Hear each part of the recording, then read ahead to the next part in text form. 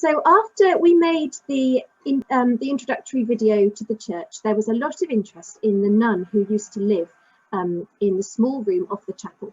So I thought it would be really lovely if we could meet a real live nun. And so today we're going to welcome Sister Carol Elizabeth from the Priory of Our Lady in Walsingham. Hello. So Sister Carol, could you please explain to us what is a nun? Well, a nun is somebody who gives their whole life to God, and they spend the most important thing that they do is their prayer life. So they spend a lot of their time at prayer, and it's just giving up everything else for love of God. So it's a bit like the disciples when they were called. Some of them were fishermen and other things, and they were told to leave everything and follow Jesus. And that's what we've done. We've left our life in the outside world, the normal world, as people would call it. We've left all that behind and moved to a convent and just give our whole life to God. Could you please tell us, why did you become a nun? I became a nun because I felt I was being called by God. I grew up going to Sunday school and going to church. As I grew up, I met someone and I got married, just as a lot of you will. And I had 2 children, a boy and a girl. But after a little while, my husband started drinking and he became an alcoholic. Well, that was hard at home because obviously people who are drinking, it's difficult to live with and they do all sorts of things they shouldn't do. And I started to feel that I needed to go to church more. And this went on until the children were about 14 and 16. At that point, his drinking had got really bad and our marriage broke up. The place I live now is called Walsingham. It's a place of pilgrimage, and people come and to pray to God and spend a few days here. And I'd started coming up here with my son a couple of times a year. When you come on pilgrimage, one of the things you do is you come with an intention, something you're going to pray for to God while you're here. And some people will ask for healing.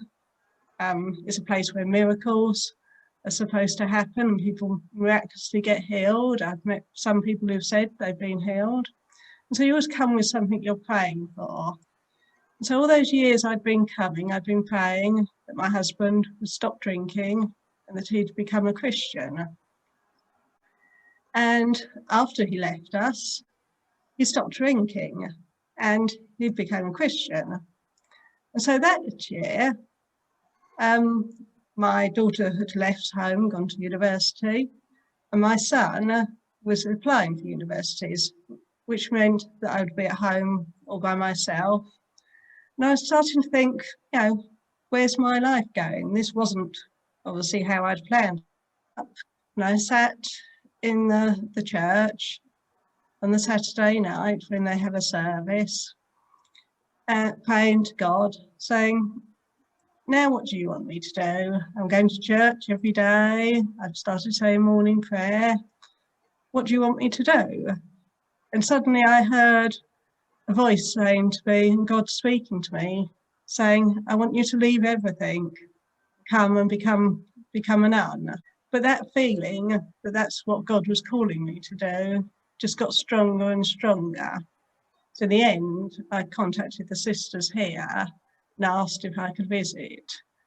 And 3 years after that, I came and joined the community. I've now been here for 10 years. What sort of things do you do as part of your work? Well, our main life is our prayer life. So first thing we do when we get up in the morning, we have prayers at 7 o'clock in the morning. And then there are 5 lots of prayers throughout the day. And we also have the Eucharist Mass every day. And we have to keep an hour and a half private prayer as well, and half an hour reading Bible study. So a lot of our day is taken up with that. But also, as I said, we're in Walsingham here, and that's a place of pilgrimage. So the rest of our, or a lot of our time is spent just being with the pilgrims, talking to them, praying with them, so visiting the elderly people in the village, also going into the primary school to do assembly once a week, and leading Sunday school and with the youth group as well. So it's quite a mixed life, but mainly we're here really just to listen, to pray for people, either in our services in chapel or out, people we meet in the village. And what would you say is your favourite part of your work? I think the favourite part is on the Saturday night when the pilgrims are here, and we have a very special, what they call a healing ministry.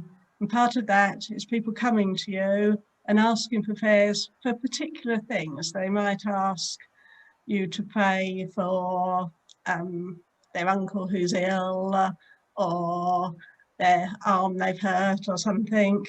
And we sit and we pray for them. And that's always a special time when somebody's actually come personally and trusted you and asking you to pray for them. And what would you say is the hardest part of your work?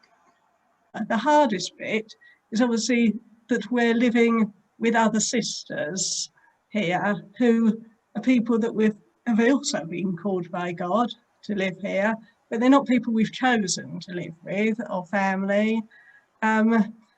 And sometimes it can actually be quite difficult living with other people. We actually take, as part of our life, we take 3 vows. So we take poverty, so we don't own anything; chastity, which means we don't get married; obedience, which means that we have to follow the rule and do what we're told, so a bit like keeping your school rules. But we keep a 4th one, which is charity. And that means treating everybody as Jesus would. And that's the hardest bit. Remember to be nice to everybody, however much they're annoying you. And can you tell us a little bit more about the rules that you have to follow? As I said, we take a vow of poverty. That means that we don't have any money of our own. If my shoes wear out, then I have to ask if I can have a new pair of shoes, and then we buy them. We can watch the telly on Sunday evening, but that's all. Apart from that, we don't watch the telly. There's also odd little things that you might find very strange. Things like we do have a day off each week, and we're allowed a packet of crisps on our day off. We can only eat at our set meal times. Our meal times are set. And you can't snack in between, so you can't just go and help yourself to a biscuit or anything like that. And the other thing, as you can see, I'm wearing what's called a habit, and we wear our habits all the time. So I said I've got a family, I've got children, I've got 4 granddaughters, but they've only ever seen me in my habit. When I go on holiday, as we do get 4 weeks holiday a year, when I go and visit them, they live down at Ramsgate at the seaside. So I go on the beach in my habit, and we'll paddle in my habit. Other sisters at other communities don't necessarily wear their habit all the time. That's a decision we've made here. Something else which the children might be interested in. So we have in our church, there's a small room where there was apparently a few hundred years ago, there was a nun who lived there, and she spent all her time in that room praying. And obviously your life that you've described as a nun these days is very different to her life, although prayer is also important to you. But I was wondering whether you know any nuns that do live a life where they spend the whole day praying in one place. Does that still exist? It does still exist. I don't know any anchorites like your nun was. who live by themselves, because obviously they don't go out, so we don't meet them. But there are still some around. You also have communities, as is what we call an active community. So we go out and meet people in the village and the pilgrims. But you have what are called enclosed communities. And those sisters or monks, they don't leave their convent. And so their life will be based on their prayer life. Again, it's just another calling. Some people are called more to an enclosed life and staying inside and praying more, and others are called to do work in the community. Everybody has a calling, and so your teachers will have a calling as being teachers. Your parents will be called to be parents. And it's all just different things that God calls us to do. That's brilliant. Thank you so much for answering those questions for us. It's been really interesting to meet a modern nun.